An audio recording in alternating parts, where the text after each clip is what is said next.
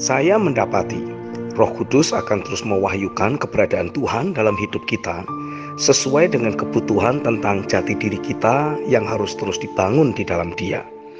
Pewahyuan demi pewahyuan yang akan Roh Kudus nyatakan dalam hidup kita ikut mencetak diri kita menjadi sosok individu seperti yang Bapa inginkan. Jika selama ini keberadaan atau jati diri kita rusak atau terlukai oleh karena mengalami berbagai peristiwa menyakitkan, pewahyuan tentang keberadaan Bapa yang penuh kasih, yang memperhatikan dan selalu menyertai untuk memberi kekuatan saat kita harus menghadapi masa-masa sulit, akan menyembuhkan dan memulihkan jati diri kita yang sudah berhasil dirusak oleh iblis.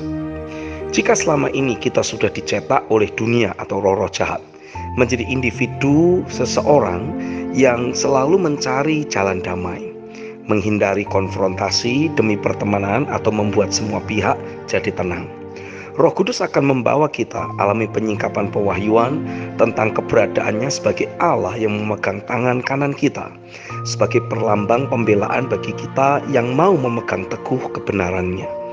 Yesaya 41 ayat yang ke-13. Jika selama ini kita telah tercetak oleh dunia dan roh-roh dunia yang ada, sehingga selalu menjadi pribadi yang mudah khawatir, takut, dan bimbang, maka Roh Kudus akan memulihkan jati diri kita yang sesungguhnya yang ada di dalam Kristus, dengan mewahyukan tentang keberadaannya sebagai Allah yang menebus dan memulihkan seluruh keberadaanmu. Yesaya 41 ayat yang ke-14. Pendek kata, apapun keberadaan kita yang sekarang, yang merupakan hasil pembentukan dunia ini dengan segala aktivitas roh-roh dunia yang ada, semuanya akan dibongkar oleh Roh Kudus dengan cara menyajikan banyak fakta-fakta rohani yang ada di dalam firman-Nya dan mendorong kita untuk membangunnya menjadi logika ilahi di dalam hidup kita, mengkondisikan diri kita untuk mulai dan lebih lagi mempercayai firman-Nya yang menyatakan jati diri kita yang baru di dalam Kristus daripada fakta-fakta lahiriah yang disajikan oleh dunia ini. Semakin kita mudah dipengaruhi dan mempercayai firman yang Roh Kudus nyatakan tentang jati diri kita yang baru, semakin cepat kita memasuki hari baru yang sudah Dia sediakan.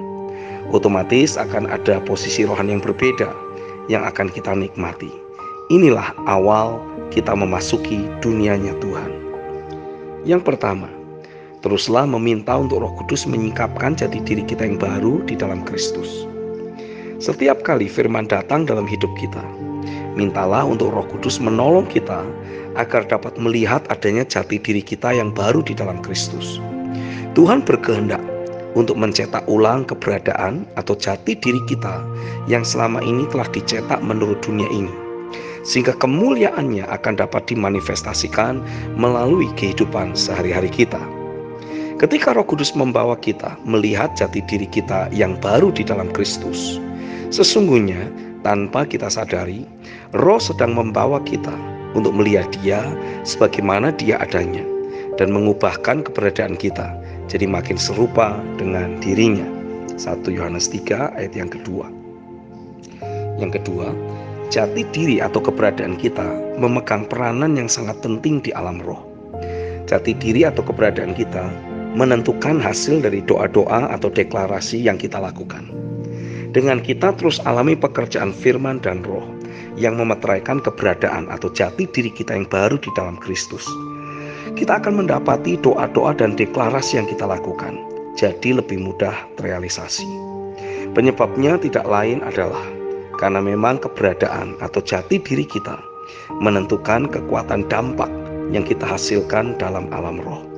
Dan perubahan apapun yang terjadi di alam roh, itulah yang pasti akan bermanifestasi dalam alam lahiriah. Yang ketiga, ketika terjadi perubahan jati diri atau keberadaan kita melalui pekerjaan firman dan roh dalam hidup kita, reputasi atau stature kita di hadapan Tuhan akan ikut alami perubahan. The right standing before the Lord yang kita miliki jadi lebih kokoh. Roh Kudus menjelaskan kepada saya bahwa bagaimanapun juga keberadaan kita yang sedang terus dibangun atau dicetak ulang melalui firman-Nya memegang peranan yang sangat vital dalam kita berinteraksi dengan Bapa. Kejadian 18 ayat 17-19. Semakin kita jadi diyakinkan dengan keberadaan kita yang baru di dalam Kristus, keilahiannya jadi makin nyata dalam hidup kita. Semakin mudah kita menghampiri Dia dan bercakap-cakap atau berinteraksi dengan dirinya. 1 Yohanes 3 ayat 19 sampai 22.